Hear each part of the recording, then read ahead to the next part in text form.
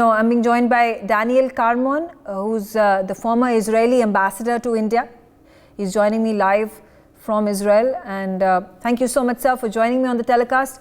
My first question is about the thousands of videos and images that are circulating that showcase the barbarity of the Hamas terrorists that has inflicted upon the citizens of the country of Israel. It's a genocide against the Jews. There are targeted killings that is taking place. How is the Israeli government ensuring that more lives are not lost? Well, I have to go back a couple of years before or more than a couple of years, and remind your audience that Hamas has been targeting Israel for many years now, but it usually would end with rounds of hostilities would usually end with some kind of interim arrangement. We all knew it would come back in another round, but this was the policy at the time, and I'm sure it will be reflected in investigation was the right policy or not. But what happened this time, I must say, as part of the axis of evil that Iran is leading, and we'll probably talk about it later, Hamas, a terrorist organization that has turned itself into an army. Hamas, which is a terrorist organization who did a coup d'etat and threw the Palestinian Authority out of Gaza, 2005, 2006, we should not forget that, became the ruler of the Gaza Strip, trained, financed, encouraged, and backed by Iran, the head of the axis of evil that does so much damage to people, to places, to political status and processes. And yes, the pictures, you're talking about thousands of pictures. Personally, I haven't seen most of them. In Israel, they don't broadcast it. We have it on social media, and people who decide to look at it, look at it. Most of us don't, but I think it's important to know what happened. The October massacre, I would not call it otherwise. The October massacre, and what you have there, it's like a natural disaster, a huge earthquake, an eruption of a volcano. I don't know how to describe it, only it's not a natural disaster. It's not a natural disaster. It's a made by men, by butchers, butchers, I have no other words, who did what they did, and I know they did not only kill people. The killing people is the end of the torture and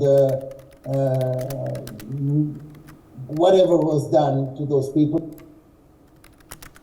Okay, so also now Israel has declared a war on Hamas. There are Palestinians and voices that are supporting Palestinians globally, saying that they are going to end up being collateral damage in this war.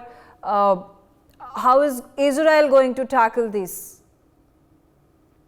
One little correction, which is a big correction: Israel has not declared war on Hamas. Hamas has declared war on Israel. And in war, we act like in a war. So there are many questions asked, and some questions will be asked later, but a war is when someone attacks you, you attack back. And in any standard, the right of self-defense is a right that the defender, the one who has been attacked, has, by all standards and by all means. We have been attacked, Israel has been attacked by a non-state actor, which is a problem. Israel has been attacked by a fierce, savage, beastly terrorist organization, and Israel will respond. I have to say that we have to prepare ourselves to collateral damage. That's always the case. and direct the responsibility for that on those who waged war on us, on Israel. So there will be collateral damage, but there is no targeting of civilians in Israel. Civilians will be advised, as we usually do when a building is bombed. There is a prior advice to the people in the building: get out of here before bombing. But yes, I think we have to prepare ourselves to collateral damage. But remember, two things. First, Israel did not declare war on the Hamas terrorist organization. It's the other way around. And second, Israel does not target uninvolved citizens, civilians. That's a very, very important point that I'd like to make. Now, Israel has been telling the world to take action against Hamas. Now, Israelis continue to live in constant fear of suicide attacks, bomb blasts, airstrikes.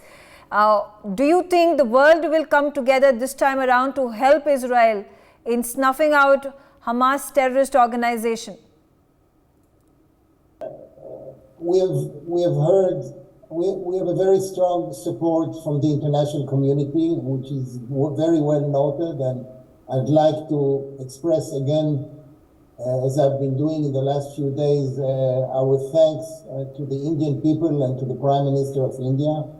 But the support is global, except for some who are related to the axis of evil, who do not condemn what happened, strongly condemn. There is mass support and solidarity and understanding of what Israel has to do and will do. The US president has made a landmark speech yesterday.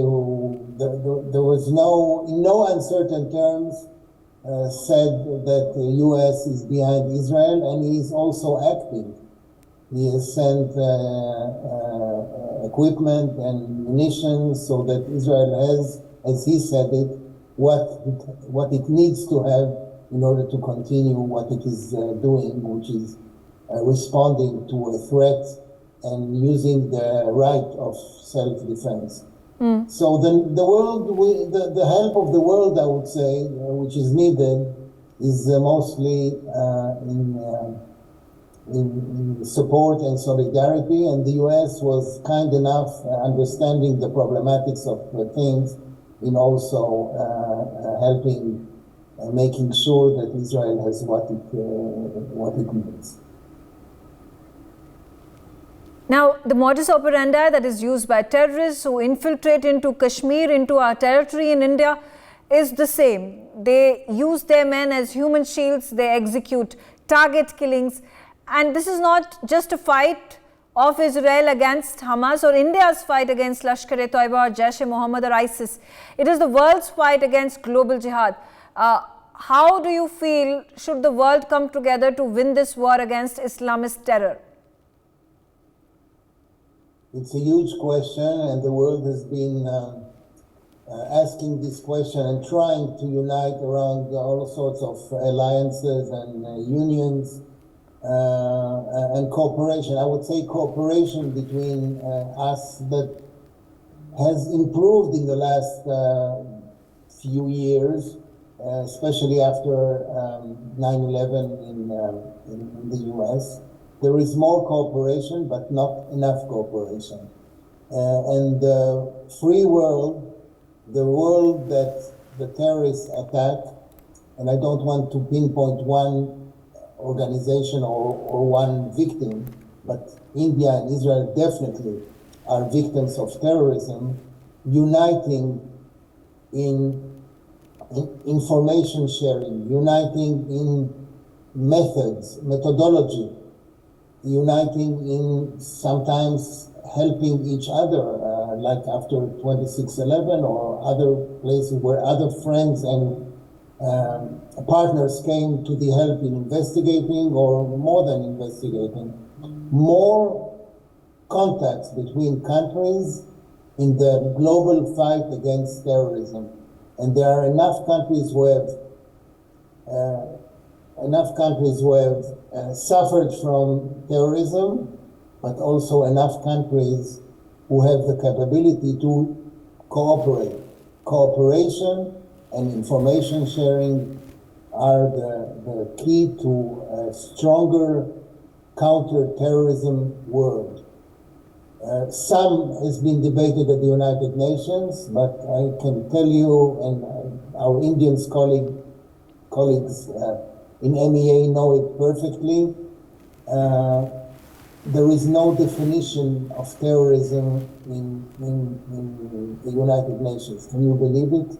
And I know that India has been very keen and very active in getting such a definition.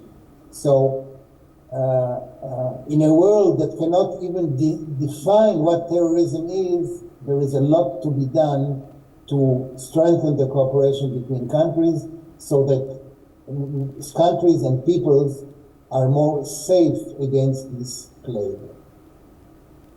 Thank you so much, Ambassador Daniel Carmon, for joining us on this special telecast. For more such videos, subscribe to the NewsX YouTube channel, hit the bell icon.